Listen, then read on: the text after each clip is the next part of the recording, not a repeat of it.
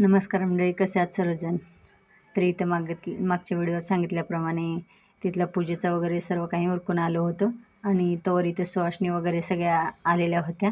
मग त्या प्रत्येक सुवासिनीला हळदी कुंकू आणि जे काय गजरे वगैरे जे काही आणलेलं होतं ते सर्व काही दिलं आणि नंतर जेवणासाठी बसवलं.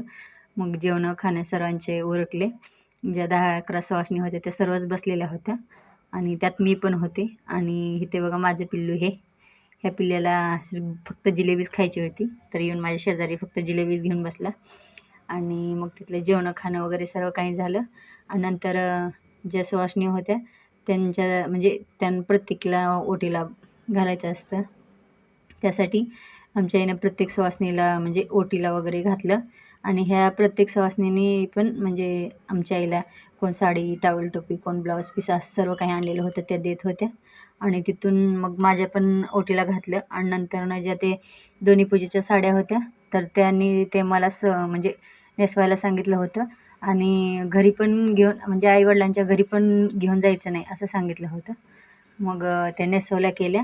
आणि कसा वाटला हा छोटासा कार्यक्रमाचा व्हिडिओ कमेंट करून नक्की सांगा. आवडला असेल तर लाईक शेअर